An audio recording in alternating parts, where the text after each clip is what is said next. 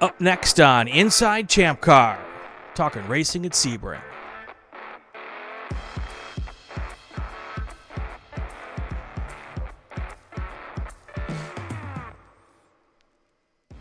Welcome to the first episode of 2024 of Inside ChampCar. I'm Brian Bielanski. The guy above me, that's Bill Strong. The guy next to me, Rusty Mallett. We just had to ask him if that was his real name, because that is one badass name, by the way. I know. How you doing, Rusty? I'm doing great tonight. Thank you guys for having me on. Especially the first one of 2024. Hopefully we get it kicked off. Yeah, It's pretty funny because it's like I asked him to be on the show. I did this, and then I forgot to completely ask him, is that really your name? 'Cause, a lot of guys use fake names, like Brian Bielanski. Yeah, you know. Oh yeah, man. Every time I go places, they always card me and they're like, "What's your name?" Rusty, Rusty Mallett. And then they're like, they always ask me, "Is that really your name? Is that your nickname?" It's like, even like the GS guys that used to do my uniforms when I worked at the dealership, they're like, "You want Rusty on there? Is your name Russell?" I'm like, "No, it's actually Rusty." My parents wanted the name, so they got it. So very they cool. won, I guess. Very cool. Well, if you've watched the show, Rusty, you know what I'm about to ask you. Uh-oh. How'd you get mixed up in this crazy sport we love? Oh my God. Are you talking ChampCar or racing? Racing in general. Racing in general came from little kid, sandbox, bunch of broken Hot Wheels, and loved watching cars go around the track. Enjoyed it. Later on in life, I got into high school and got into automotives. Loved it. Had a really cool teacher named Mr. Diekman, and he helped me and a friend of mine start a model club for model cars after school. And he had a TVR, a British-made TVR. He had actually two of them. He had one that was a factory one, and then he had one that someone had stuck a V8 in, and that was like psycho at the time. Loved it. Got into it that way. Came down here to Florida. Was hoping to stay in automotives. Did for a long time. Years went by. Met a really cool guy named Gary Nettles and his son Robert. They helped me get into dirt track, where I met Ed Steinhoff and Jake Steinhoff. And after that, it was just kind of like the dirt track for a little bit. Got away from it. Got into asphalt a couple of years later. Got tired of the politics and crap in asphalt. And, Ed was going, "Hey, man, we're running ChampCar. We've been doing it for, at the time, like, I think 9 years, 8 or 9 years. And he's like, "Yeah, come on over." And we just followed him. And it's been great ever since. Cool. Really has been. Cool. So what do you race in ChampCar? Right now, I've got a 1994 J30 Infiniti, the grandpa car, if you guys see it, 4 doors. We tried to leave the door skins where you could see the handles and the chrome. And then, that car actually came out of Texas. It was a Lemons car, and that was it was campaigned by a team called Swine Flu, and they ran it for a while down there, and then they sold it to Ed and Mike, and I purchased it from Mike. And when he decided to go ahead and build the effing Ranger, which was at Sebring this last weekend, again, that's that Ford Ranger with the LS motor in it. So he wanted to go fast. Ricky bobbied it. And, I've driven that truck, and I drove it at AMP and at Sebring. It's a really crazy truck to drive. It's fun to drive. So Ed's Shark car has the big shark fin on it. Yes, we have the. But you just have the little shark fin. What? No. The Ranger has a smaller one. If we're gonna whip it out and compare sizes right here. Okay, mine's in the middle. All right, mine's in the middle. Not that short. Yeah. We call it average. Yeah. It's wide. But it's wider. Yeah, it's not about the length. It's about the girth. Right. Yeah. So yeah, we got the black car. His is silver. His is got the V8 4.0 in it. We've got the factory 3.0. And yes, we are running an automatic. We are not gone stick. Right. I guess we're too lazy to shift. Yeah. Well, they're still pretty damn quick. I mean, Hell, Ed won Daytona with an automatic. I mean, how many other people have done He's got a box full of trophies. I mean, he won class on uh, Saturday for Sebring Right. with it. And you know, he's not backed by Ed and us are not backed by some major money. You know, we're hometown boys. You know, right here in West Palm, When you say working major out of the money, shop. is that like $12? No, 24. $24. Got it. Yeah, Okay. you get yeah, you got to get up there a little more. Okay. I mean, but 20, like I was taught, you know, $20 is $20 in racing. Any way you can get it, man. that? Yeah. Yep. But no, How and often then do you have to go to your wife and beg for money? That's the question. you know what? I'm lucky. I hate to say this, and I probably shouldn't brag or throw something on my head, but my wife is into racing. And not like not in the sense of like, oh, she wants to sit down and watch it on TV. My wife used to go to Bowman Gray, the Madhouse. Wow. If you get, Oh wow. oh yeah, she used to go to Bowman Gray, and I had a bunch of great videos when I was driving legend cars, but I haven't figured out how to like cut her audio out because it's a little abrasive. Did you she know? throw down? No, she just yeah, I'd have to like put all kinds of warning labels on it. So yeah. No, you ask if she would throw down. I think she would.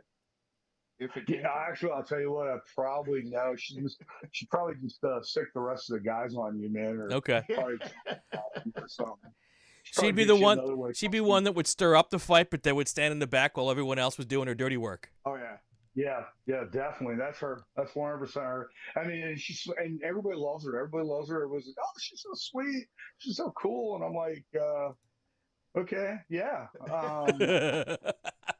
Apparently, I haven't pissed her off yet. Good luck with it, son. You know. But yeah, I mean, I'm very lucky in that manner. I've also got some really good friends. My buddy George, he comes out. He helps us get all the parts for the car. I've got a buddy Krieg and Fluffy, which Bill, you've met them. Those are the guys that do the refueling, jacking the car up for me. They're all volunteers. They all come out to help us out. They're a good crew of guys. So I'm very lucky in having not only good team members and my family there, but I've got good drivers. You know, my first driver was Dan. First driver was Jim. Jim Lewis had 25 years of karting. Dan had experience with lead sled, riding at Daytona, and pit crewing. And then we had Joseph McMorta start with us this year. He did Daytona. He brought the car in, drove it really good. He did some iRacing. And this last weekend, we got spanked by our new driver, Chris Schultz. He came out and man, he just laid down some times, blew our minds away. I was like, I didn't know the car could do that. Like, you know, It's depressing, though, isn't it? I'm sorry. Isn't that a little depressing when someone comes in and takes off, and then you realize how inadequate we are? Yeah, I mean, it's like I'm sitting there. I'm like, I know I'm not a good driver. I've never told anybody I'm a good driver. You'll never hear the words, "Oh, I'm the best" out of my mouth, because I've driven cars and had a lot of fun with it. But that's all I do. Yeah, I'm not a pro driver. Now, my new guy, man, he met us 3 years ago at Moroso. I refuse to call it the other name. Sure. But yeah. That's what I call it too. Moroso. He came out to Moroso and he was doing a hooked on driving day. And I believe it was hooked on. And he met us and he thought the car was crazy looking. And, you know, here's a 4-door grandpa car out there on Mustang rims, beating up on little Miatas, you know, little sushi rolls.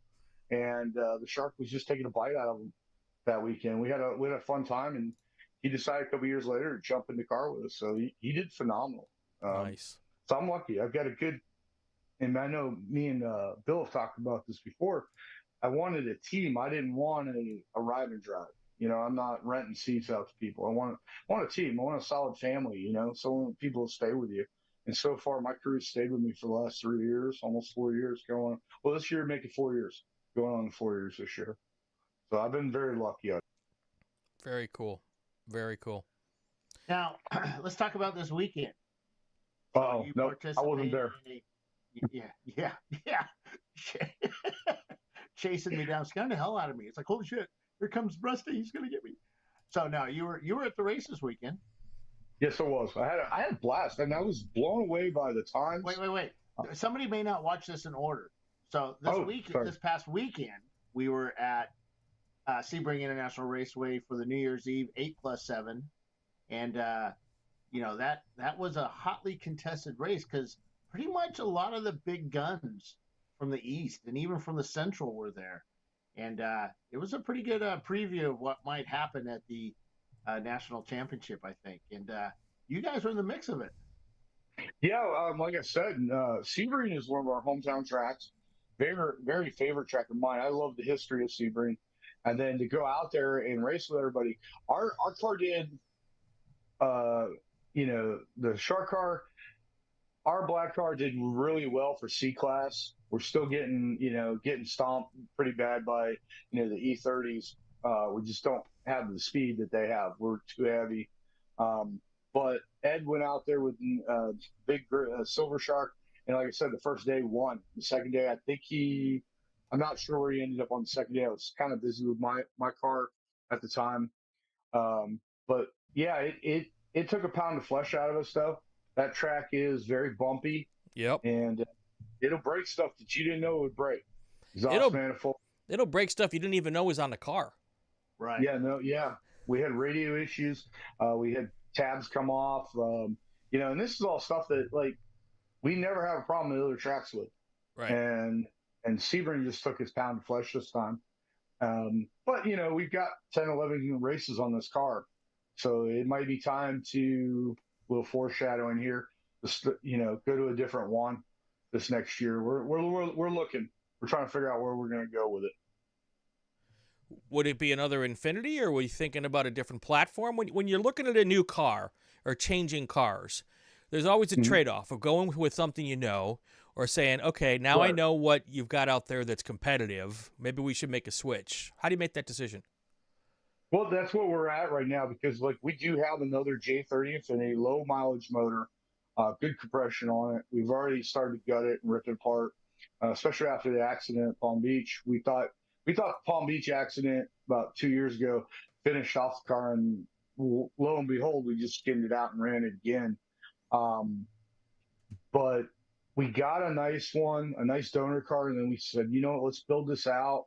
And then we've learned a lot from this chassis. Now, again, we didn't build this. This was built in Texas for lemons. So we're kind of at a point where we could take the technology we have and go run with it and make this car almost as fast as anything else out there. Or do we swap platforms? And I talked to actually the last show you had, I believe his name's Alan, on the show. Yep. Yeah, I talked to Alan at the Turn 7 Hotel. By the way, beautiful hotel. I know you guys been staying there. Love the staff there. Great people. Had a great party too. We looked at that. We're in limbo state. I think that's the hardest thing a decision a team makes. And also, like me and Bill have talked about in the past, is how much money do you want to dump in it? ChampCar is not a $500 car anymore. Right. You can't go to a junkyard and get a J30 for $500 and show up with a cage and a fire system and go run and be competitive. It's not going to happen. The money creep, speed creep, the technology, and then there's teams that have been running the same, like Florida Idiots. Take a look at what they did this weekend. I mean, they knocked it out of the park. They did a great job this weekend, but they've been running the same platform many, many years, and it's a good, solid car. Right. So what else might you be looking at? I was either the Mustang we were looking at, or possibly a swap. Boxer? Like Boxer? No. No. We have comments that we will not make about Boxers. All right, on live on air. E30? Are you gonna go E30? I have an E30. With an I LS? do have I have a E30. If I was going to do an LS swap, I think we might go to the Ranger. We build another Ranger probably. That I think with a little more tuning, a little fineness, I think the Ranger is actually a viable option if you build it right. I really do. It's an affordable option too. I think that's one thing, like we were talking about money wise. What does it cost 10 years ago to build a Champ car? $2,000, $3,000? Yeah, I mean, I did it. I had a lot of stuff laying around. So, I mean, hell, I got one of the cars, and I'm not going to say the name of it because they're egging me on online to say the names of these cars. But one of them was given to me, almost race ready. And the other one I built from pretty much all the spare parts I had laying around my property because I had a lot of spare parts and cars and all kinds of stuff. So, yeah. I think there's also a technology gap too, because like you look at. Oh, we didn't have anything in the cars then. Yeah, now like right now I've got, just to get the car ready for Sebring, we had to dig out an MT 2500 snap-on scanner. The battery had expired in 2013. On the scanner? Ago. Yeah, in the scanner. I was couldn't get it to turn on. I'm like hitting the button, looking like a gorilla, beating on it with a stick. And I'm like, why is this thing not working? I remembered, there's a battery in the handle. I opened it up and it says expired in 2013. That's awesome. So we put a battery in it. We got a connector. We went out there and the OBD, I think it's OBD1 Nissan 2, and it showed us the injector was bad. We lost an injector at the last race. So, now I'm looking at ECU cars, like, not ECU cars, but the ECUs for the Nissans and stuff. And with ChampCar having an open software packages and ECUs, and there's no way they can really control it. If you did, you could actually hide, an updated computer in an older, frame. I've seen it with the Nissans, in the box. So I think with that, do we go to something that's got something that we can program and tune, map out and get it race ready and get more horsepower out of it? Right. Yeah, it's tough choices, and you got the money choice, then you've got the knowledge choice, and then there's the fun factor. What do you want to race? What's the giggle? I call it the giggle factor. When we get in the car, like I giggle every time I get in the race car because I've got the original dash in there, right? And when you got to crank it up, the ADS light comes on and the volt light and all the little dash lights. It's like Christmas. That a regular race car wouldn't have. They all come on, they flash at you, and they're ready to go. I mean, it's something that it's just kind of cool. It's just fun. Look down and there's a shifter, from out of the original car. We always joke about trying to keep AC in the next one, especially if you guys are going to keep running us in July at Sebring. We need AC. Yeah. I need to bring that back. We're getting kind of old to be roasting, the nether regions in a fire suit for 2 hours at a time. Yeah, I mean, you could just take the AC and you put a little hose to the vent and pop it in the back of your head. I like that idea. Yeah. Well, you just put it in the back of your seat. Yeah. We did that actually. If you look at our at the top of our car, there is a black vent, and we put a 2-inch brake duct hose going straight to the back where the seatbelt comes through on the Kirky seat, and it blows cold air. Then the new driver was like, "Well, what happens if it rains?" I'm like, "Well, you're gonna get wet. Sorry, son." We took the front one off that in case the fire went up the front of the hood, it would go in your face. So we took that out. That was for safety. But the rain one, I'm sorry, you're gonna get wet. I think trying to get airflow in any of these cars is a pain in the butt. I don't care what you have, or what type, and that's why I think it's a lot more fun, especially when you go like I go to circle track and you run for 25 minutes, maybe an hour if you're in there. Where here, I know like this last weekend at Sebring, I did an hour alone by myself. It was no problem. Not too hot. It was beautiful out at Sebring, but I've also been in the car like at Daytona and finished up Daytona for almost 2 hours. I was like right there at the limit. We were they called the race for, and I had only like 2 minutes left to finish the race. I also had no fuel left, but we got through the finish line. Yeah, Doc called that, and it was kind of hilarious that nobody's talked about the little shark car all weekend, and then all of a sudden, when I'm running out of fuel, everybody wants to point it out. It's like, oh, thanks, Doc. Like, hey, you couldn't say that looks really good, blue light on the shark fin or something, but no, Oh, Russ is running out of fuel. Congratulations, buddy. Someone didn't do his math. That's our job. At least you look good doing it. Yeah, we looked. We love it. We love it. ChampCar is always evolving, so I think it's going to be something we're going to have to try to keep up with the curve and the speed creep to be viable. Yeah, the creepy speed. Tell me about that.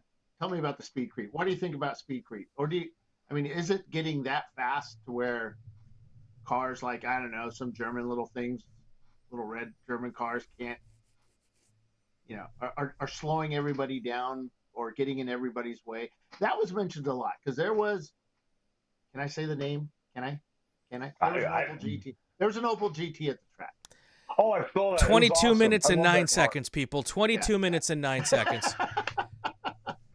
Wait, it took him 22 minutes to get around the track? No, it took 22 minutes and 9 seconds for him to mention an Opel. Yeah. So the Opel, it had a K-swap in it, K24, but it had some serious issues. Don't know what they were, but they weren't as fast as they could have been. And there was that car, and there might have been a couple of other cars that were kind of slow out there. Now, I've heard people complaining that, there's these slow cars, they're dangerous, they cause issues, and that might be my best buddy saying that. So, with my car. I don't think that. I think they should look at it as, like we talked before about the speed differential. I think if you're a real racer and you really can drive, you can get around it because if you watch, you should, and I'm not going to say anything about possible information about whatever little red cars this weekend that couldn't watch where they're driving, but if you are in the car, you have to expect and anticipate. And if you're not used to, and you come from like Spec Miata, Spec E30, or even karts where everybody, even circle track, where about everybody's kind of at the same pace, they're going the same speed. And then you get to, it is kind of spooky to come flying up on somebody. I remember the first time I come flying up on somebody. I don't know if they had a problem or it was just a slow car. And I was like, oh, wait a minute here. I am not the slowest guy out here. Yeah. Okay. I don't think that, I think if you're a real racer, you're going to be able to handle that and anticipate that. If you're not used to that, I think that's where we get problems. I think it's where we're having some issues on the track. Well, I think that, and I think that there's some complaints about some of the slower cars or even some of the faster cars, but race, man, just get out there and race. Well, I think it's fun. Part of it, multi-class racing. It's part of it. Well, and I think part of it though is also you guys have, just like all of us, a lot of Miatas out there, and when the Miatas come to you guys from my kind of racing, they get their own race group, even though it's only 25 minutes or a half hour. They're all racing just against a bunch of Miatas. And they might just not have the multi-class background to realize, and it takes a couple of hours of doing that to really kind of get your sea legs in realizing that you're not the fastest or the slowest. There's going to be people faster and slower than you, and that's kind of a hard transition to make. I mean, it's not hard, but it takes a little bit of time. Yeah. Also, you have with endurance racing, you're not going to probably be leading the race in your stint. You might be your car might be leading it towards the end of the race, and that's where you kind of want it. Right. Some of these guys, they think they have to be up there the whole time to win it, but I think the shorter another thing is, I don't always believe that the car that's the fastest is the winning car. I know there's been many times there's been faster cars than what we had, especially at Daytona. I mean, Daytona, we only hit about 126 on the back stretch, on the front stretch. I mean, but yet there's been Daytonas where I've came out 33rd. Same with Palm Beach. Wasn't the fastest car at Palm Beach, but we're up there. And then what I think it is, and again, we're not kidding ourselves. My crew and my team do their best to be professional and try to race as hard as we can and enjoy ourselves, but we have no illusions that we're going to win the podium. I think there's some people out there that need to get a reality check and say, hey, I rented a seat, or I've got a team, and they don't realize there are going to be slower cars, and you might be one of them. and you're not going to be able to get up there and go, Mach 1 throughout the whole session. And also another thing is, like my guys, they made a decision that when we broke the exhaust, to call it. Why damage the car any further? I mean, we had to pack up Sunday, which really sucked. I mean, it really did. I hated to let my team down by not having the car going, but it was one of those decisions. Let's not destroy it. If it would have been something else, we might have limped it around and try to get some more laps in. Maybe at 3/4 speed or something. But there's not every time I've seen some cars out there that I feel are dangerous, but it's not been a Champ car. It starts with the orange squeeze people, the lemons. Well, it's and you have to be prepared for that. I think a bunch of us that have come from the lemons game way back in the day when nobody was, we'd all pretty much started out there, and when you knew not to make stupid moves, or you knew somebody was going to make a stupid move, and you just prepared for it. You didn't take every corner thinking you were going to get it, because you might not. And I was one of those guys that went to the Lemons race and actually thought we were going to race. I mean, they should actually take racing off the actual title, because I watched two guys collide coming out of 4 and 5 and just tapped each other, and they stopped. They literally stopped to talk to each other in the middle of the track. And I'm like plowing through the dirt, looking like a farmer and kicking up rooster tails, trying not to hit the wall. And it's like, I have a 3,300-pound car. It would have squished that Volkswagen. I mean, I wouldn't even known it was there. But it was like, are you guys really seriously going to have tea right now? I mean, just. So what's the craziest stuff you've seen in ChampCar? Did I pull or that happened? Sure, that you pulled or whatever. I have ADHD really bad, and I was on the backside of the hairpin at Daytona. I'm following a bunch of red Miatas. They're like 3-4 little red cars. And I'm watching them, and I was supposed to make a right, and I was like, oh, they're going that way. I'll say, and I saw some cars on the back stretch, and by the thing, and I decided to make a left instead of following the right for the pack. I kind of spun the car around like, oh, Jesus, there's a track. It goes that way. I follow those guys. I've done that myself. The craziest thing I think is from the pink Mazda that Eddie and Tony run. Oh, yeah. At Sebring. We got back there in the back corner. I can't remember which corner it was, but all of a sudden I see him spin out, and the tire, I guess the studs or the hub broke or something, and the tire goes flying all the way out into like 16, where the marshal is. Right. And I'm calling in the radio to let their people know that, hey, guy just spun out his tire. I don't know what happened to him. Next thing I know, he comes buzzing in the pits with 3 tires. Little rotary, 10,000 RPMs coming right in. I'm like, holy crap, man. Rotors all dragging on the ground. But he couldn't tell if the tire was there or what. It was crazy. I think that's pretty much craziest. I know someone taking a selfie at Daytona. Yeah. There might have been someone texting his wife what he wanted for burgers at Sebring.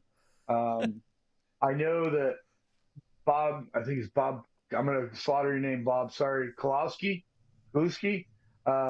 he had a Ford Probe and drilled the living daylights out of our car at Palm Beach. And then the next day, he came looking for us, and he walks up, and he's got this F.U. Bob shirt on. I'm not going to say the word, but full word Bob shirt on. And I'm like, what is this guy doing? He's walking up to us, and he opens up his hand, and he's got what looked like the backing plates of brake pads.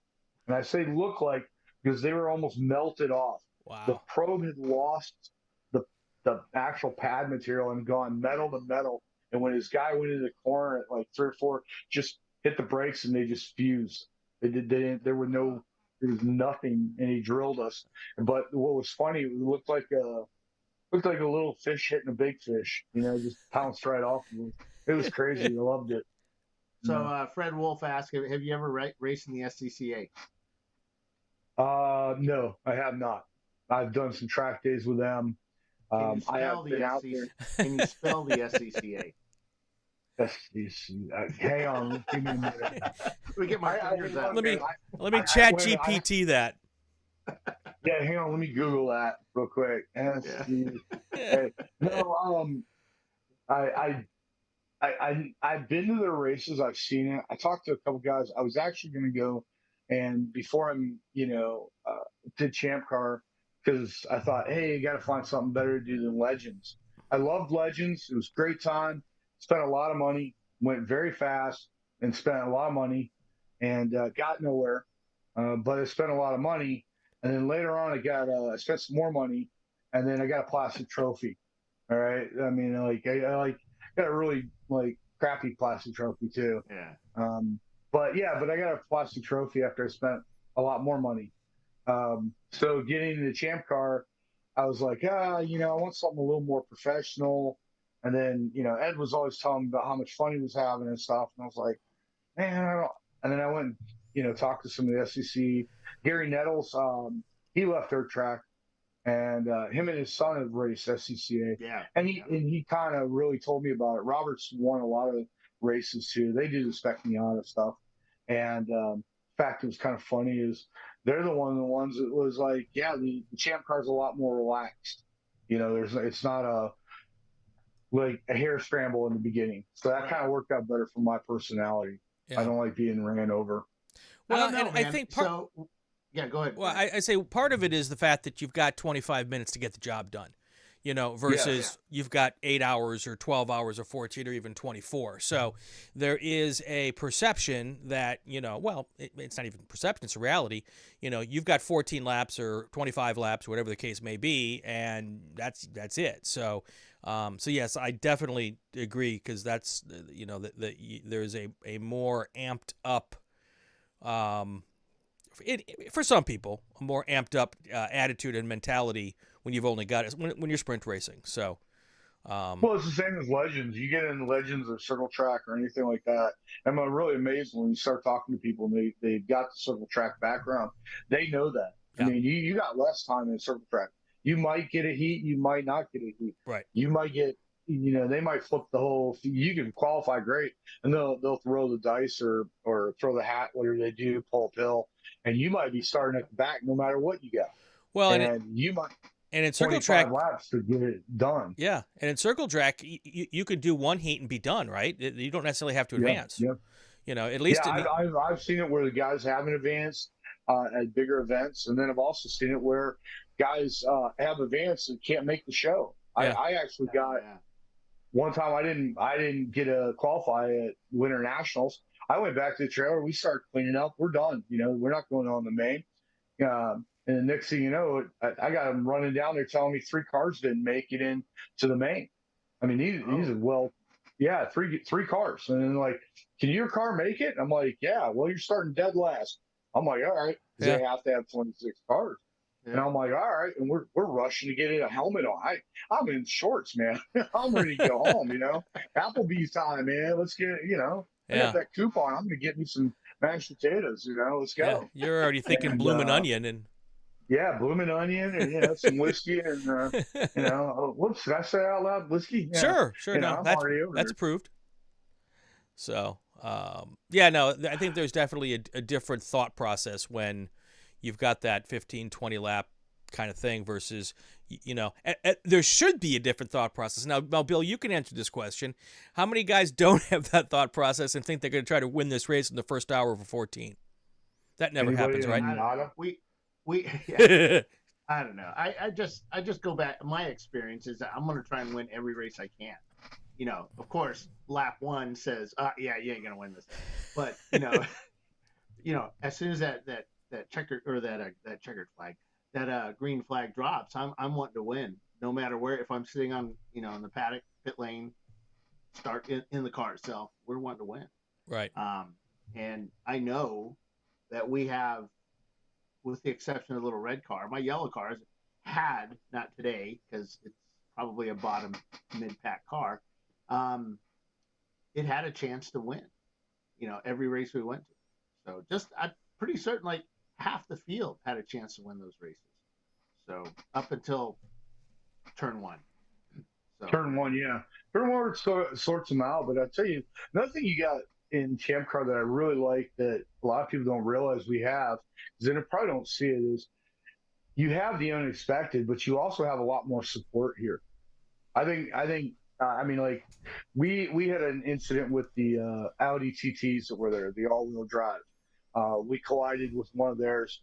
It was really nice to be able to walk over there and say, "Hey, man, we collided together. I'm sorry that we hit it. We don't know who hit who, whatever happened. We hadn't even talked to the drivers yet, and it was like, oh yeah, we'll sort it out. Don't worry about it." And come to find out, it destroyed their rim and tire. I felt really bad about that, but they stuck a 9-inch piece of aluminum through our bumper as a gift for starting off the new year. Like I need any more holes in the car, but hey, I'll take it. It lightens it up a little bit. But the thing is that was one thing. But later on the day, what was cool was he comes back over and he knows we got an automatic. He walks over and goes, "Hey, you might have some automatic transmission fluid. I need to try something on this motor, blah, blah." And I think that's something you wouldn't get at a lot of the circle tracks. Now, some places are different, but when you're racing at this level where you're there for 14 hours, there are people that will help each other. I know Ed does. Every time I turn around, Ed's jumping on the bicycle, the little green scooter. And by the way, if anybody wants to buy that, contact me. You can have his green scooter if he parks it in the wrong pit again. I'll show it to you.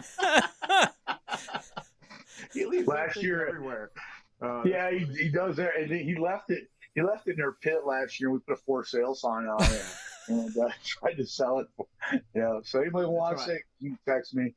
I left my camera in Twatty's BMW, so it's in Florida somewhere. I gave it back. No. I found Twatty has it. So I called Patricia up and she's got it. So well, you put the loser cam in our car. Thanks, bud. Had to go in the back way so you can see all the fast cars going by us. And I like the rear view camera. I think it adds a lot to the story. I mean, it's such a. I do too.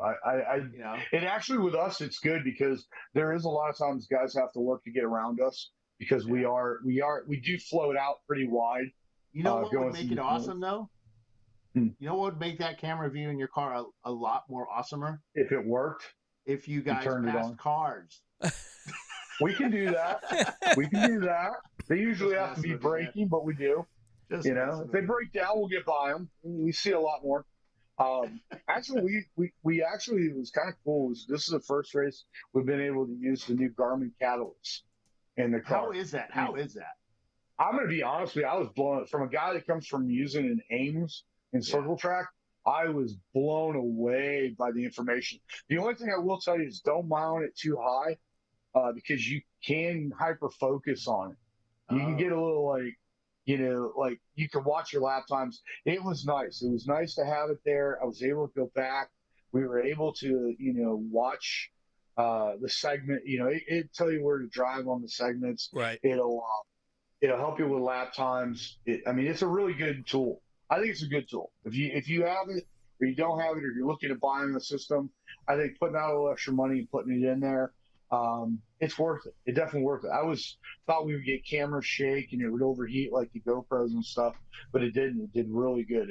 And the only thing I will tell you is you do need to get a 128 gig memory card for it if you're going to run because of the amount of time that you run. Now, did you have to change that out during a race?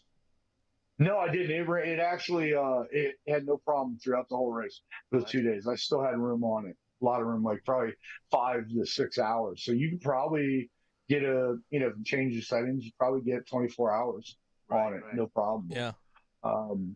It's a great gig. I like it. I think it's pretty cool, and it helps our drivers. They had a lot of fun challenging each other to it. And so the new driver came and kicked all of our butts. So I don't know. You gonna invite that guy back? Because now you've mentioned it twice.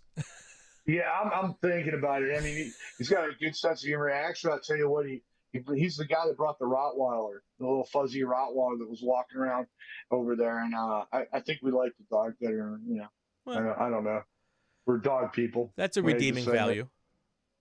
Yeah. So, real quick, do you have any trailer stories? Any crazy trailering stories? ChampCar, Oh. Circle Track. Yeah. Okay. So I had this actually happened last year, right at Black Friday. I was going to meet Ed and a bunch of people. We were going to Buffalo, or it's also known as Orlando Speedway, for Night of Destruction. It's a crash llama. I love it. And this is one of the best things I tell people to do is go do one of these races. Until you have to do a chicane race where there's a fire truck in the road and they don't stop for any reason. I mean, they don't like. Levins is like, oh, we're gonna black flag everybody if they race. They don't care. I mean, like literally, you can plow into people. It don't matter. And I had the Buick LeSabre, and I got the radio on, local radio station here, and it's playing "Dream On" by Aerosmith while I'm ripping through it, and off in the corner you can see cars exploding and crashing into each other. It was hilarious, man. But the other one is on the way up, my trailer, which is an older trailer, it's an open wheel trailer. I'm going up the road, and this really nice gentleman points out that I'm on fire. The whole grease is spinning out, and there's this plume of smoke, and wheel hub smoke fire from cars is okay. Yeah. But grease out of your trailer, no. And I didn't know it was really that hot. I just saw some smoke, so I pulled into Tractor Supply. And as I backed up, I was trying not to block anybody because I knew I was going to have to repair it there. And I realized, oh crap, I'm putting this smoking heap of hunk of metal with burning grease right next to the propane tank. And the lady's like, can you please move that? I'm like, yeah, no problem. We'll move it over here. But Ed came to the rescue. He helped me get another trailer. He took that trailer back to the house, and we got another trailer. We went up there, had a great night. I've had a couple of those. I've had a tire blowout on my trailer that was not fun at all. But the look of the highway patrol officer as you're just careening over 3 lanes, the highway patrol officers don't like you doing that. Yeah, Florida. No. I mean, Ohio or in Florida either. They don't like that. They don't like you seeing going over 3 lanes with a 28-foot monster trailer on somebody. So be careful with doing that, guys. No, I think most of mine have been track events. I mean, crazy stuff at tracks is having a mirror come in the window. That was kind of weird, and just fly in, hit me in the chest. Wow. We were racing legend cars at Citrus, and the mirror, the front fender flipped back, whacks the mirror. The mirror comes flying in. There's a mirror on the door because they have little doors, and the mirror comes flying in and just whacks me in the chest. Oh, so it was your mirror. Yeah, it was my mirror. Oh, okay. The fender broke loose, came up, whacked the mirror, shot it in my chest. I stopped mid-race and threw it at the official and drove. And why the official? Yeah, I figured you'd catch it, you know. Oh. He caught it. I mean, he was like, what the hell? Afterwards, he was not happy. He couldn't figure out why I threw a mirror at him. Did you explain to me you were throwing it to him, not at him? At him, yeah, that's what I thought. Yeah, I was throwing it at him. I was kind of mad. We have a quote for me, and then the fact is, the cage is Rusty has a cage in the car for your protection. Because I do have a little bit of a temper once in a while, but generally my temper doesn't show up until I can't fix it. If I can fix it, no problem. We'll get out, rush and do it. I've fixed all kinds of stuff at the track. That's one thing I do love about ChampCar is it allows you to creatively fix things. Yeah. You know what I mean? You can come up with, I've seen JB Weld being used on diff plugs. We used JB Weld last summer at the Sebring race to seal up an oil pan. I've seen all kinds of neat stuff done. I've seen belts. So the last Sebring race, the 14-hour, the last couple of minutes of the race, that guy that broke his steering column. Yeah. And it didn't break. It just fell off of the mount and just sitting in his lap. Right. When his team creatively used tie-down straps to hold it up, and was sketchy as all get out. Hey, it worked. Yeah, he goes to pit out. Yeah, it worked, but Ray said he had that fear in his eyes, like, please don't let me out. Please don't let me out. And Ray said, no, you're not going out. He's like, oh my God. The guy was almost crying. Oh, thank you so much. Yeah. Well, you can't, the thing is, I think that's one thing that lures people to ChampCar, like me and Ed and others, is the ability to fix it. Like if you're in circle track or one of the SCCA races or something like that, they're not. You don't have time to fix it. Yeah, there's no time to slap. I mean, I've watched the VW guys, JD Bugs. Yeah, JB Bugs. Yeah. Yeah, JB Bugs. I've watched them literally drop an engine, swap the engine, and go back. I'm like, how's it doing? He's like, I think he said there was a clutch problem. The next thing I know, he's rolling. He's got like a dolly. He's rolling the engine and trans over to the side. And I'm like, holy crap! And he's putting it right back in. I mean, it's like 3 bolts and boom, done. A couple of wires and it's carbureted. Put a hose to it. And, I mean, no water because it's air cooled. So yeah, but I mean, even like with Ed, I mean, I've seen. I know we used a gasoline pump, like a fuel pump, to fix the cool suit pump. Cut the line, stick it in there. Yeah, so our guys didn't roast to death. I know we had a taillight issue one time, and he took a piece of speaker wire and ran it up to the 3rd brake light, so we'd have all the brake lights working. There's things like that it's still fun. I think the fun thing is to know that, and I think ChampCar shouldn't lose the spirit, is the car should be really, really legal. Because I think the funny part is when you drive it to Cars and Coffee, that's hilarious. You got a Jaguar and a Ferrari and a Maserati, because this is Palm Beach, and a Lambo. Then you got Ed and my car sitting there, all banged up Ford Mustang rims. But it's I love that. And they go to your car.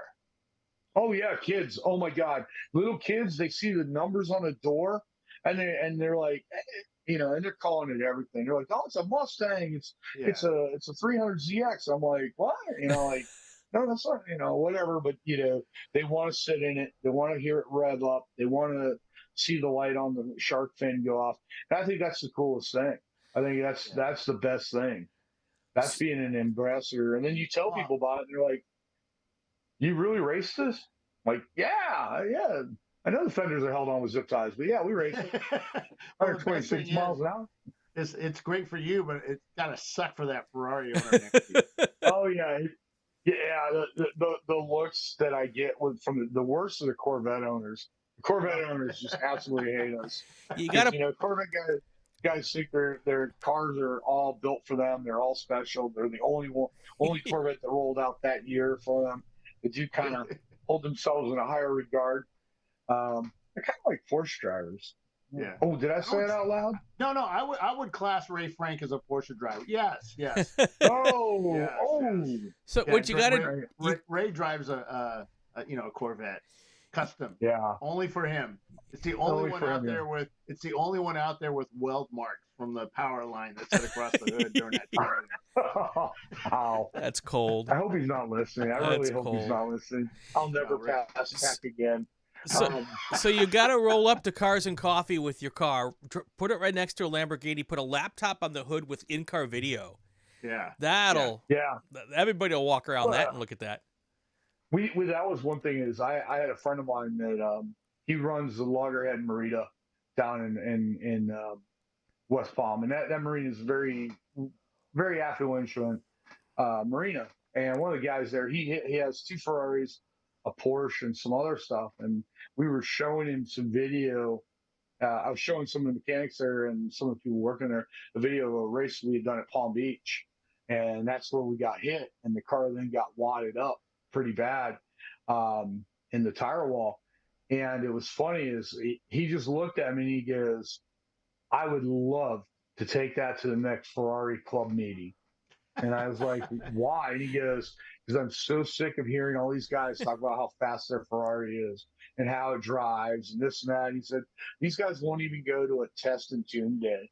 Yeah. And And it's like, yeah, I mean, I get it. You spend that much money, you probably don't want to wreck it. But also, it's like you never get to feel the experience of being able to go out there. And that's why you can't rag on any champ car, any team that puts a car out there. I don't care if it's an arrive and drive or it's someone like me and Ed who are doing it on a budget or you're doing it with a super no limit budget. You can't rag on any of it. You can't say anything because we actually do it. Yeah. Yes, You know, yes. there's 4 or 5 drivers per car. They're out there. There's guys jumping over the wall, fueling their own cars. I remember when I saw the Betty White car, Tyler Smith's car, the first time, and I was behind it. I'm like, I'm getting flipped off by Betty White. This is not cool. I've been flipped off by a lot of people, but not Betty White. You know. Yeah. But you know, his car, he's out there and he's ripping it with a Volkswagen, and I was like, man, thing's actually pretty fast. I'm like, I might have to try here. And you know, Wait. Don't say Volkswagen and fast in the same sentence. There's people watching. oh, sorry. Sorry, Timothy. Sorry, Tim. Sorry, guys. I didn't mean to do that. If I stirred any feathers, if I haven't offended you by now, I'll work at it. I'm sorry. I got this whole year. Come by the bar at the 7 Hotel. I guarantee I can offend you. You haven't said anything bad about Hondas yet. I'm just Are they even in the series? Oh, Yeah, well, not anymore. I know Kobe's trying to get that Acura going. And he's another he's another guy out here in West Palm in Loxahatchee. Kobe, he's got the little Acura. I think he was running F class this weekend. Yeah, they were Kobe Racing, right? Yeah, Kobe Racing. Yeah. At first, I thought everybody was telling me it's Kobe. I was like, COVID Racing. I was like, I really thought COVID Racing. I'm like, who the hell would name their team after COVID? I mean, like, wow. Then they're like, no, man, it's Kobe. It's gonna sit over in the garage in the corner by itself. Yeah, with his mask on its face. Put a hand sanitizer. Yeah, Money Shift Racing has a Honda. You know, there's a few of them out. Yeah, there. Our bank, they kind of win with a Honda. So, well, dude, that's the weird thing is you can't go. I mean, you're seeing a lot more Miatas. You're seeing more Mustangs. You're seeing, you know, because the cars are limited. Right. And I know that there's like you're not going to see a 240SX pop up. You can be hard pressed to see the SC 400s, the 300s. You're going to be hard pressed to see Nissan 350Zs or anything like that come up in the future because right now the drift guys have literally paid unreal money to go crash them in the walls because they think drifting is a sport. And I know I'm going to probably anger some people, but we did that on ice in Ohio in a 78 Chevy pickup. I can do that all day long, man. Yeah. So you've done ice racing on in Ohio? No, that's just you're getting down the driveway. It's a mile. Yeah, that's just getting to work. I've done it in Bradford, Pennsylvania. Back when in the dark ages, they actually the lake's frozen enough to where we could go take cars out on it. Right. And it was I never went on a lake, but we had a lot of places that you could just get down some dirt road and just sling it around the road. Which I know, the thing is you're going to have less cars in the future. Pick from. I know the Boxsters are popular right now, but they're very because they're going to run out of them. It's a cycle. We've seen this over the years. Well, J30s are. Yeah. Well, I think Altimas are going to be the go-to car here in the future because they're fast. They're really fast. They're super fast, and they've proven it. It's just for some reason people in the South haven't discovered that, and I don't know why. Right. Probably because I think all the Altimas in the South are still financed. More than likely, or they're at buy here, pay here. Buy here, pay here. Yes. Yeah. Yeah, or they're one thing is we have a decent sponsor with Pull and Pay down here in West Palm, and they've always helped us out for many years. And you go in there and you kind of get an idea. Walking through a junkyard will tell you where you're going to be in 2 or 3 years with ChampCar. If you're not seeing like J30s, I'll give you a good example. The car that I'm currently driving right now actually has the last pair of J30 Infiniti struts that were in the United States put on, that were at a dealership. That, it's in 1995. They stopped making them in, I think, 96 or 97.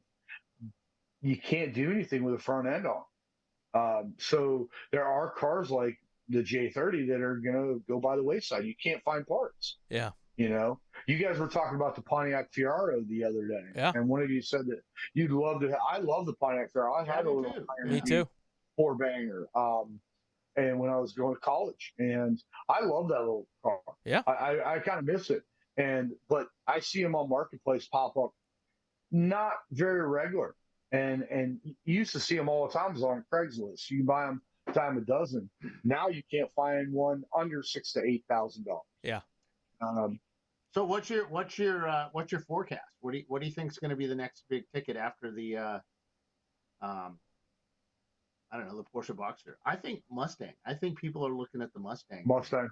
Yeah, well, okay, I'll give you good. We looked at the Mustang, and Alan, we talked to him for a little bit, and he made some really good points. Number one, the Mustang, yeah, it's limited fuel cell or fuel tank, but here's the thing.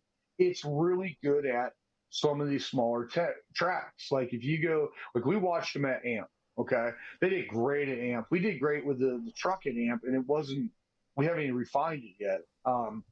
So that's a good idea, but it's got enough horsepower to go to Daytona. It's got enough torque and horsepower to go to AMP.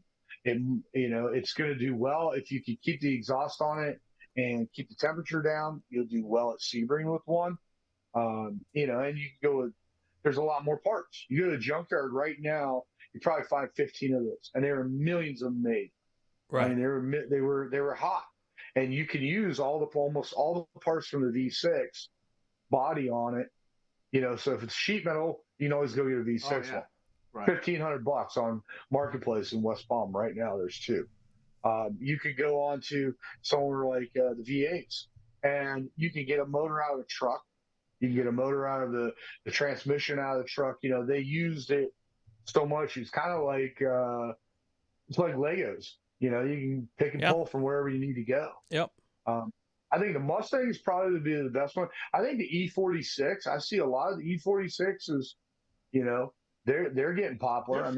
But they're still expensive. I think the other thing too. I think is we just see one right now, kind of doing well with it. Is the C4 Corvette. I think once not Freddie Mercury, they're called what are they called now? They changed the name of the car. Freddie Mercury was the Mercury. Those guys sold that car, and they bought a Corvette. Yeah. And come on, somebody say it. But that car, I think, is the next Dominator. When they get it sorted. Once they get it sorted, you're going to see a lot of other guys. Now, Tim Elliott asked, how about Hyundais and Kias? I don't know, man. I don't think we're at the point yet where we're going to get the really good Kia, the V8 or V6. Plus, a lot of them are turbos, aren't they? So those historically don't do well in endurance racing. Yeah, I don't think that the Hyundais or the Kias are turbocharged. Yeah, but yeah, I don't know. Are you thinking the Genesis? Is it like the Genesis or the Genesis or something like that? Yeah. I think one thing it's going to be is, you're going to have to look at the market is getting thinner and thinner. I think there's going to be a big lull, and I know I hate to bring this up, but when they did Cash for Clunkers, that took a lot of cars away. They took a huge swath of cars away, and then this last year, I know when I went to buy I had to buy a new truck after one of the races. The dealers are, and this is going to affect this way now. They're getting away from having these massive dealerships with a bunch of semi trucks full of cars sitting on the lot, and then they might not sell or might sell. They're going more like I was talking with the Toyota guys. He was telling me that they're literally, he was in a meeting and they're talking about going straight to like the gallery thing, like Tesla's got. You go in, they might have 3 or 4, you sit down, you pick what you want. And that's actually how it was years and years and years ago. Yeah. And they built it for you. Special order it and they sent it to you. Yeah. Right. And then, like my truck, I bought a GMC SLT. And that was right after we had gone to AMP up there in October. Come on, man, I thought you were like the Chrysler PT Cruiser guy. Who knew me? Actually, I was driving a hot. Let's see. Um, I was Yeah. driving. I hate to say this, my favorite car to drive, all hands down, was a shit Fox S10. All right, I had, 1990s yeah, S10 yeah. I Ford had the, banger, a Suzu. It's in a Suzu with an S10 logo. That was my favorite, hands down. My little favorite was a four banger 5 speed. I I had the Um, V6, I had the which I six still think is speed pretty awesome. with the sport back. Yeah. You know, oh, Oh yeah. yeah, that was step my side. that was the car Yeah. I had that for. I put 195,000 miles on that car. Yeah, I had the GMC Blazer or whatever they called it, Yeah, and yeah, that with the 4.9 V6 or whatever it was, the four the three. the 4.3. It was the last Yeah, year 4.3. before they Yeah, went to that 5-cylinder new body style that right, fell right. apart like 3 weeks after you bought it. Um, Well, yeah, that I and was we had that forever, and that was such a good car. Yep. Yeah. Well, we went to GMC. We had GMC as a tow vehicle before. We decided to go back to it, and then what we found out was GM was only making the Denali. They were not making the SLT in large numbers. Um, it was either you bought a Denali, you didn't buy, Those Denali are package. expensive, man. Those are not cheap vehicles. Yeah. They're like over in Yeah. here in West Palm to Miami. The average cost is 104 to $108,000 if you could get your hand on one, and they Wow. just went ridiculous. Um, and then if you went to Chevrolet, thinking, oh, I'll go to Chevrolet, I'll go to their High Country, which is kind of like a step down, but Right. still a nice truck, and they were at the same price. I mean, there was no Wow. difference. There was no difference. In fact, I bought my truck. It was kind of funny. After 10 years working for a company, I was, we parted ways. 3 days later, right after the race, and the first time I went to AMP, we bought my truck. Right. 2 days later, I'm sitting at a gas station in Palm Beach. Spanish guy gets out, very nice guy, broken English, goes, "I'll give you $104,000 for your truck right now," because you can see that. I'm like, no, calm down, like, no. Yeah. I waited almost a year to get it. So I mean, when I finally got it, I was like, no, he ain't taking it. I mean, at least he didn't rob you for it, but yeah, he offered Yeah. me money. Um, but I don't know. I I was looking at selling my Ram 2500 diesel, and it's a 2014, and I know what I paid for it. It's paid off. It's got 150,000 miles on it. I'm thinking, yeah, I could probably get something new. Yeah, I went and looked at what was something new out there, and I just said, no, I have can't. no freaking way am I going to pay for a No, and I mean, $100,000 freaking truck. No, I yeah, have to you're add paying to the more than your yeah, yeah. mortgage. No, exactly. That's just insane. Yeah. And I don't It finance it out is. 10 It's years. I crazy. like to finance for like 3 or 4 years or something. But I mean, that would be just an insane amount of money. And there, yeah, no, not And Yeah. doing that. you guys brought up trailers earlier. Funny stories about trailers. Have you gone and looked at a trailer lately, like an No, aluminum because I trailer? own one and I sold my other one to Jimmy and, our equipment guy. I sold my open Hmm. bed to him. Now I regret selling it because I saw how I thought, well, I'll just buy a newer one because I bought that way back in '01. And I sold it for quite a bit of money. I think almost as much as what I paid for it new back then. Right. But and he jumped all over it like instantly, and I'm like, I was only yeah. So Because he knew yeah, Yeah, that's just what the costs were. I insane. bought. Yeah, I didn't know. Yeah, they're crazy because like I bought a Spartan trailer. I would recommend it and tell you guys, anybody out there, do not buy Spartan. They have the worst customer service. All the screws fell out in the first week I had it driving it Oh wow. around. Tires popped after a year. There was a lot to it. So, um, but I went to replace it this year thinking, okay, we bought a new truck last year. Let's go ahead and get a new truck trailer this year. And it looks like I'll be driving this thing for a few more years Yeah. because the prices of trailers are outrageous. Right. And I think this is something that's going to affect the racing later on is teams can't afford to put drivers in cars if they have to go out and buy new stuff and absorb that cost. Right. I Yeah. mean, that's going to be something that I know ChampCar right now has done a really good job in my mind. Maybe I'm wrong, but they've kept the cost down for us to go racing, which is hard. Right. It's hard, man, because it's not. Our costs have gone up within the company itself. Everything has gone up. The Yeah. tracks, You know, the tracks are saying the same thing. Yeah, our insurance is going to go up this year. We're in negotiations with that right now, Chelsea and the insurance folks. Yeah, there's just so much to it, and the tracks are saying the same thing. Their costs are skyrocketing. They have to pass that on to the renters, which is us, and we have to pass that on to the racers, which is you. And it really sucks because we'd love to put on $900 races to pay for this stuff, but unfortunately we can't. Right. Can't. So, but I don't think ChampCar's quality's gone down at all. I think if you look at the officials, you look at how it's being run. I've seen worse. I've seen a lot worse. ChampCar has been really good to everybody I've seen. I don't see anybody being too political. I don't see a lot of the other stuff. Maybe I'm blind to it, but everybody I talk to, everybody's happy about what's going on in the ChampCar. There's always going to be grumbling. We counted. There's like 15 people in the forum, and they're and about the same on Facebook that just trashes constantly. And the other 4,000 some odd people just say good things. Yeah. And there's like 8 that don't care. So, yeah. So Rusty, what's on your 2024 schedule? We are definitely we unfortunately, due to the fact that the Ranger took a pretty hard hit this weekend.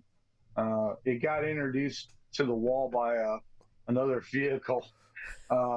That kind of put us out. We were going to try to get to Road Atlanta this year. Okay. But that's going to take that out. We definitely have already made reservations for Sebring, the night race. I am super, super excited about that race. Yeah. I think I can't wait to do that race. I'm like cracked out. I love racing at night. So that's my thing. I told my drivers, I'm just going to change helmets so they don't know I'm driving. I'll just keep driving all night. So the truck. Yes. It went back out on track after the wreck, right?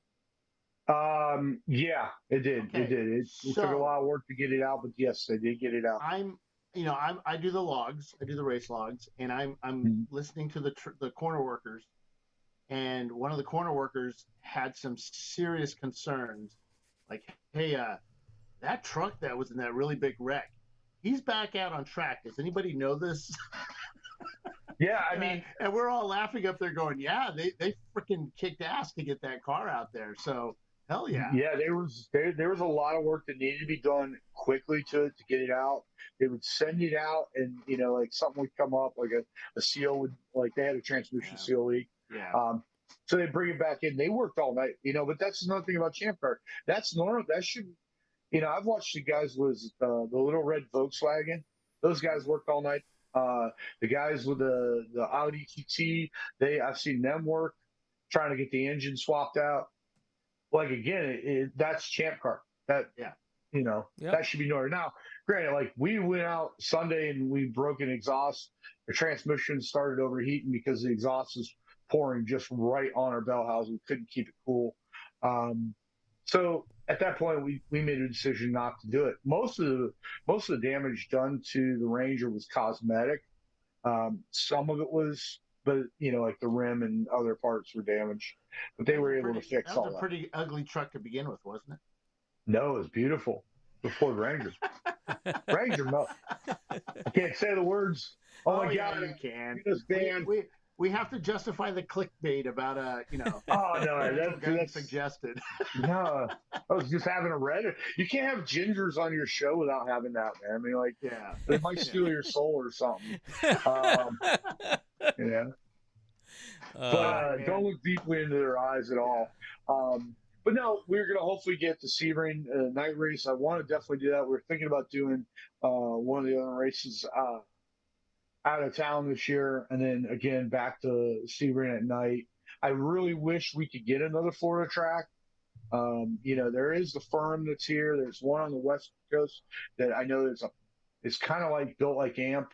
They're trying to kind of promote it like AMP was. Right. We're looking at more Florida races, so we know we can sell out of most of the Florida places because you guys just want to freaking race, man. No question about it. Floridians love to race. Yeah. No, whoa. Don't put me on there with that dirty couch, guys. Okay. 30 couch guys, man. They kind of, at first I thought it was kind of cool, but then after looking at that couch a few times, I kind of worry what goes on when I'm out there in the pits. Yeah. Well, I sat down there with their moms one day. That was really nice. Whoa. Yeah, all their moms are on the couch. Well, they were out playing race car drivers, and I sat down. All right, that's going to do it for this episode of Inside ChampCar. For those of you who enjoyed the show, I'd like to do it again next week, so we're going to wrap it up right here, folks. No, it was a fun time. It was a great I bet event. it was. Yeah. I bet it was. They do. No, they have whole internet sites for that, Bill. The casting couch. Is that what you call it? Oh no, he went there. Oh boy. Hey, what? Hey, I'll tell you what. I just remember this: $20 is $20. Okay, guys. There you go. Racing, $20 is $20. That's what she said. Yeah. I mean, every year. I mean, racing's getting a little more expensive every year, but I think we can keep going. I mean, if I have to do an OnlyFans, you guys can do it. So, Oh my God. I'll do something right now, man. And I don't know what that is.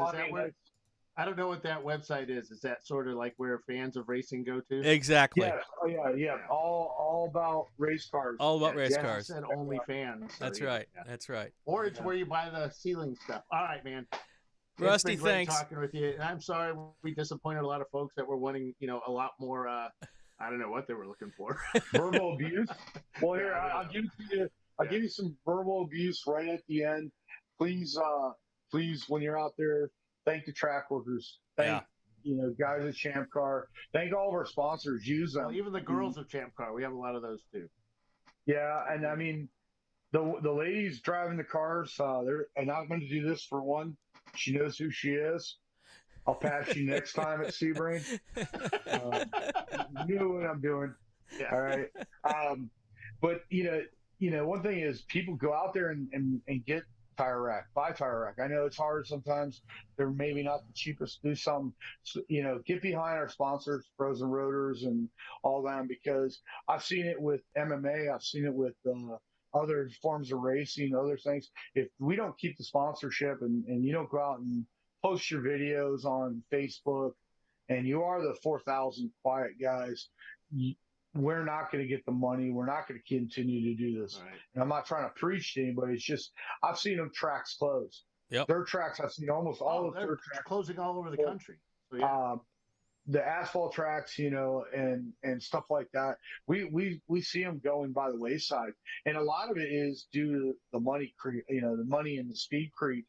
But also it's due to developments. Right. People need houses and for some reason, they love to build right next to a loud, noisy racetrack, and go, "Oh, we got to put mufflers on that thing."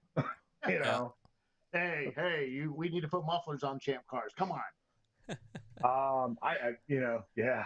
Anyway, my car has a tube. All right. You have to make horsepower to make noise. All right, isn't that right? That's right. Horsepower. Is that why the cars keep getting louder, so I can go out there and say, Mr. Huggins, your car's too fast because it's too loud. I don't know. I want to check his frame rails for nitrous oxide and titanium. I mean, I think there's some NASCAR stuff going. The car's just way too fast, dude. I mean, it's not normal. But it's a great car. Complaining about how fast the Porsches were. That E30 was pretty freaking quick. Yeah. E30s were awesome, gentlemen. I appreciate all the you do for us.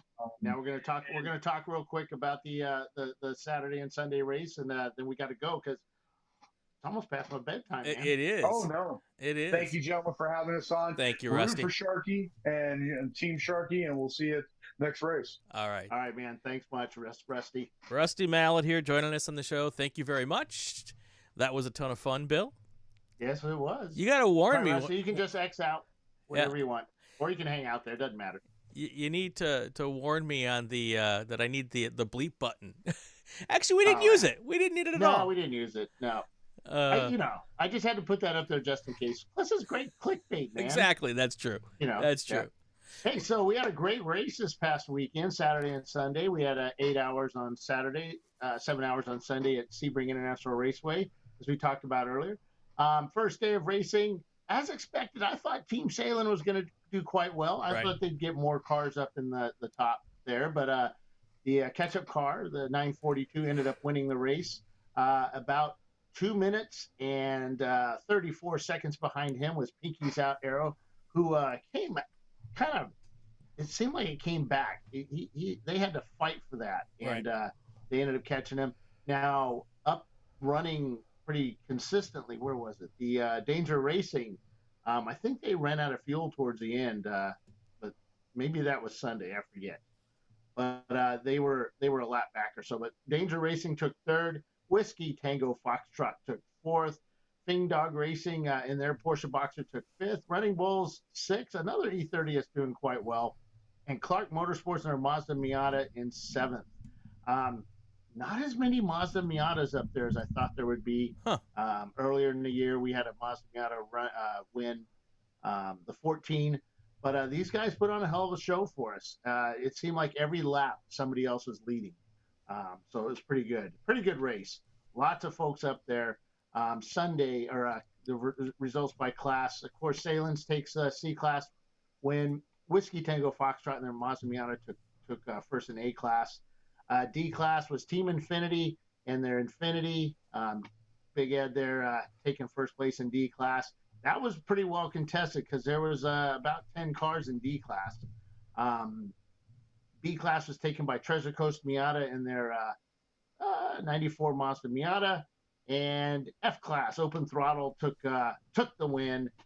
3 cars in F class this weekend. Covey Racing, though, had the FTD for F class by about 8 seconds. Wow. But Open Throttle wins it. And let's see, now we're going to go to Sunday, which was both days were absolutely gorgeous. Yeah. It was nice outside, hardly any wind, I think, because I was mostly inside. I could only look out the window. That with the win on Saturday, Salins had to catch up. They had to, they were way back. But that car ended up wrecking, as you heard earlier. The pickup, the Ranger, and the Salins car got together coming out of 17, and both cars heavily damaged. The Porsche was done for the weekend. Pinky's Out Arrow takes the win, and Whiskey Tango Foxtrot Mazda Miata takes second. Average Joe and his Mazda Miata takes third. Team Salin with their Boxer takes fourth. Valerian Steel takes fifth with their Mazda Miata. And Team Salin's other Boxer, I think it was Chile or something like that. Which one was that? Yeah, I think it was a Chile. Yeah, Chile takes sixth, and Clark Motorsports takes fourth or seventh in the Mazda Miata. Now, Saturday we did have some, not protests, but ChampCar decided to do some bore, stroke, and camera testing of all the vehicles in the impound. There were some questions about a couple of them, but every car passed. Wow. After some research, and that was pretty cool. So everybody had the right stroke, everybody had the right bore, and everybody had the right piston tops. What we saw, and valves too, it looked like. So, yeah. Very cool. Very cool. Yeah. Saturday, I don't think they did anything on Saturday because it's pretty much the same cars. I think they might have done a couple of things, but not much. Not as much as Sunday or Saturday. Right.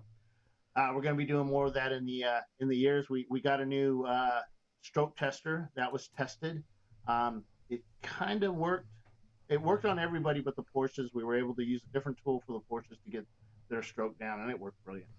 Cool. So, but yeah, that worked really well. What else happened? That's it. New Year's happened. Happy New Year, Bill. Oh yeah. I went back. We all went back to the hotel and went to sleep. Nobody went to the party? No, I didn't. Well, we went to one of our racers' friends' house over on Lake Jackson, and I had a good night. Actually, did a haunted house run. That was pretty cool. Cool. And it was fun. Roasted marshmallows and stuff like that. Nice. I stared at everybody drinking beer because I don't drink. So it's all right. But yeah, it was fun. And then we went back and we drove all day yesterday. 4 of us, myself, Justin, our president of the board of directors, Troy Trulio, who's now part of our timing crew, And Ray Frank, head of tech, we all drove back from Florida. That was really funny. Nice. That was fun. Justin's a funny guy, man. I tell you, a lot of things I can't really talk about because it was funny. But yeah, it was great. Anything new for you, man? No. I just would completely not related to racing as we're in the middle of our show. A Rose Parade float drove past my that's coming house up, here. isn't it? No, it just ended. So okay. They're taking it back to its resting place for the night.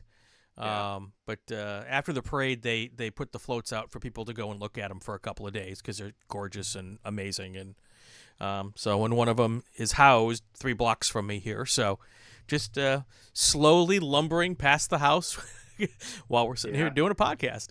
So well, I was today I've been trying to work. We finally got the VPIs up for 2024. I think it's correct. We think it's correct.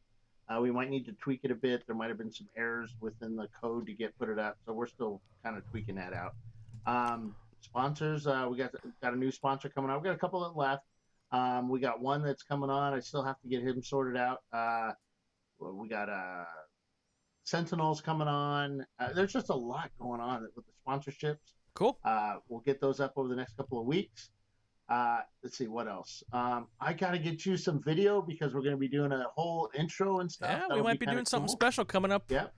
Coming up as we transition into 2024 here. We're gonna. You saw the little thing over my shoulder here. We got some upgrades that we're doing, and it's gonna be fun. Yep. What else are we doing? Let me look through my notes here. So, the board said we needed to do something, so I got to figure out how we're going to do that. It's very inside baseball. So much going on. So we got new employees. Andrea Chiswick. I know a lot of folks know that name. Yep. Andrea's been hired back on to handle our customer service stuff for ChampCar. Good. And so we're getting her onboarded. And like I said, Troy Trulio's on as timing and scoring. Yeah. Yep. And unfortunately, we lost Thomas O'Rourke. He was one of our tech guys, longtime tech guy. He's gone racing and just doesn't have time to do ChampCar. So he put a nice little bit up on Facebook, which was cool. I like Tom. He's a good guy to hang out with and loud and obnoxious, and it was fun winding him up because it just made him even louder. Can't imagine you would do something like that. Can't imagine. Oh, it's always fun. Oh, he'd come at me, but you had to watch it, how much you wound him up. There you go. But we got a lot going on, folks, and like I said, if you have any questions, do not hesitate to call or email us, preferably not at 2 a.m, Chip. But just give us a call, send us an email to info@champcar.org. We'll get back to you as soon as we can, and usually that's pretty darn quick. If we don't have the answer, we'll find it for you, and or we'll make one up. I don't know. All right. Stuff like that. We got a lot of stuff going on in the tech desk. I know a lot of folks have asked questions on tech. We're going to be looking for some, just a lot going on over the next couple of weeks. Yes. All right, Brian. I know we want to. I was going to say, if we take this show any longer, we're going to end up in 2025. So that's right. All right. All right, man. Let's get out of this one. That's going to do it for another episode of Inside ChampCar. If you like what you hear, subscribe to the podcast. You won't miss any episodes. It would also be great if you share it on your social media channels. Comment on the ChampCar Facebook page, especially if it's a good one. We have new episodes every week. He's Bill Strong. I'm Brian Bielanski. You are listening to the Racing Wire Podcast Network, and you are watching ChampCar Live. We'll be back next week. Stay with us.